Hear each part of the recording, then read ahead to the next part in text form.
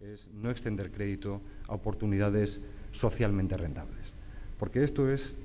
aquello en lo que el sistema financiero rinde a la sociedad un mayor valor. Realmente aquí está el valor de la intermediación financiera. Cuando la intermediación financiera abandona este norte magnético de su brújula, realmente es cuando creo que a medio y largo plazo se enfrenta a problemas. Y luego el sistema financiero, que durante un tiempo se mantuvo separado de la economía real. Recuerden que hasta otoño del año pasado las tasas de crecimiento eran razonablemente fuertes en Europa y en muchos lugares del mundo. Las economías emergentes todavía crecían con mucho vigor. Pues desde otoño para acá el sistema financiero ha entrado en un bucle, diríamos, perverso con la economía real, porque a partir sobre todo de la caída de Lehman Brothers, que produce un giro espectacular en expectativas en todo el mundo, y también del,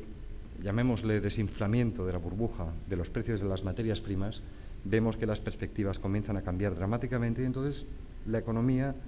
se añade como un problema añadido al sistema financiero y el sistema financiero empieza a impactar negativamente sobre la economía en una situación que las autoridades del mundo entero han intentado cortar de raíz, minimizando o previniendo al menos tres tipos de riesgo distintos. Por una parte, el riesgo sistémico de liquidez, y de esto se han ocupado los bancos centrales desde el principio. Esta ha sido la primera línea de defensa frente a la crisis, no solamente por los volúmenes que se han movido, sino también la primera en el tiempo. Y les recuerdo que el mismo 9 de agosto de 2007, el Banco Central Europeo estaba en los mercados subastando cantidades de liquidez inusitadas, recibiendo incluso críticas de prensa internacional, cuando poco tiempo después se comprendió por qué se hacía aquello. Entonces, primera línea de defensa, decía, las políticas de liquidez para prevenir o minimizar el riesgo sistémico, que en distintas áreas del mundo se han desarrollado de manera diferente y que creemos que en el ámbito del eurosistema, que saben que es el conjunto de bancos centrales de la Unión, al frente de los cuales estaría capitaneando el equipo el Banco Central Europeo, ha respondido a lo largo de esta crisis de distinta manera. En la fase inicial, que alcanzaría prácticamente el primer año de la crisis, digamos, esta política de provisión extraordinaria de liquidez se hace fundamentalmente adelantando la provisión de liquidez al principio del periodo de mantenimiento de las entidades en un contexto de mucha incertidumbre, alargando los periodos medios de vencimiento de esta liquidez a corto plazo y aumentando la frecuencia de estas operaciones. No hizo falta mucho más para traer cierta normalidad al mercado interbancario, a los mercados de dinero a corto plazo.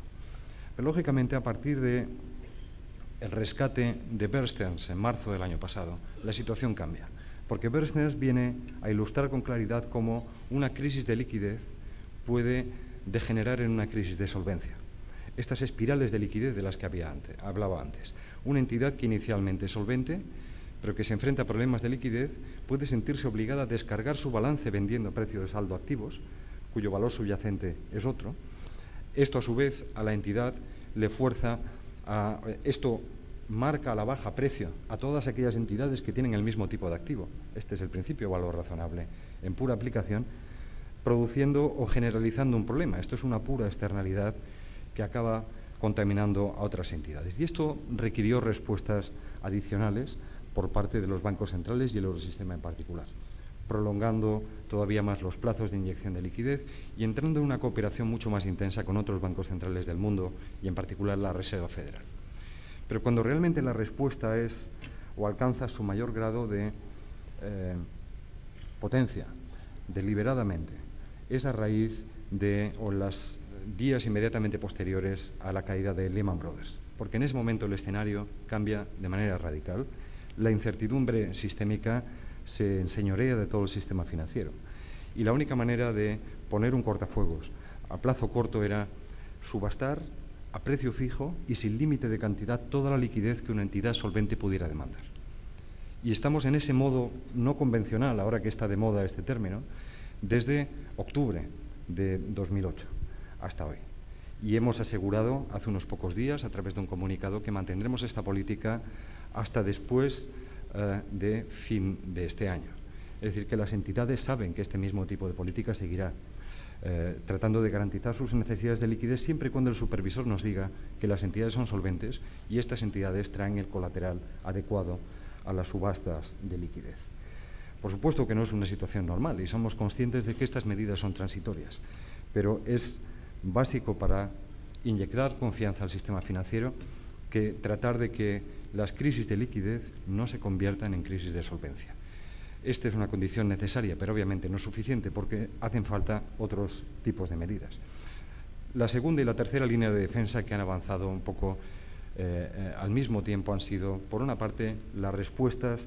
en el terreno de la estabilización financiera, medidas adoptadas por los gobiernos para tratar de estabilizar la situación del sistema bancario a través de medidas como garantía de depósitos en las entidades en aquellos lugares donde esta no era adecuada, que era la mayoría, si uno piensa en Europa, ofreciendo garantías para la financiación externa en muchos países, con avales del gobierno para deuda emitida por entidades privadas. También los gobiernos han inyectado capital, ofrecido inyecciones de capital o contribuido a planes de recapitalización de entidades financieras. Se han comprometido volúmenes ingentes de fondos en esta tarea. El total de fondos comprometidos en el ámbito del área del euro se acerca a un 20% del PIB, sumando unas medidas y otras, lo cual no quiere decir que esto es lo que se vayan a gastar los gobiernos, pero sí los fondos comprometidos en todo este tipo de garantías más las inyecciones de capital. Al mismo tiempo, los gobiernos, a través de gobiernos y bancos centrales, con su política macroeconómica, han tratado de hacer frente a la desaceleración drástica en el ciclo y las políticas fiscales han alcanzado una potencia expansiva muy notable en el ámbito europeo, más de un 4% de incremento del déficit presupuestario entre este año y el que viene, y esta es una previsión que podría quedarse vieja, y una parte no pequeña de este impulso ha sido absolutamente discrecional y no asociado al ciclo. Y en cuanto a las políticas monetarias, y en particular la política monetaria del euro, ha respondido inmediatamente en cuanto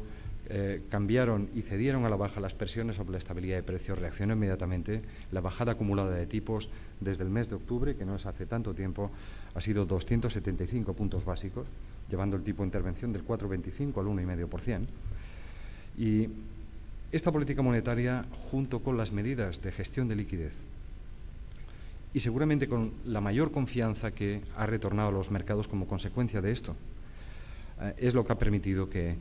los impulsos monetarios se hayan trasladado a través de la cadena de tipos, al menos los tipos que sirven de referencia más importante para las hipotecas y para los préstamos, y no hay más que ver dónde está el Euribor a 12 meses, el Euribor a un año, que es el fundamental de cara a las hipotecas, que está en un 1,87, que es una tercera parte del nivel que tenía en octubre, y uno podría aplicar este argumento al resto de los tipos. Medidas de estabilización financiera y medidas de política fiscal. Pero claro, esto realmente no basta, porque si ha habido fallos en la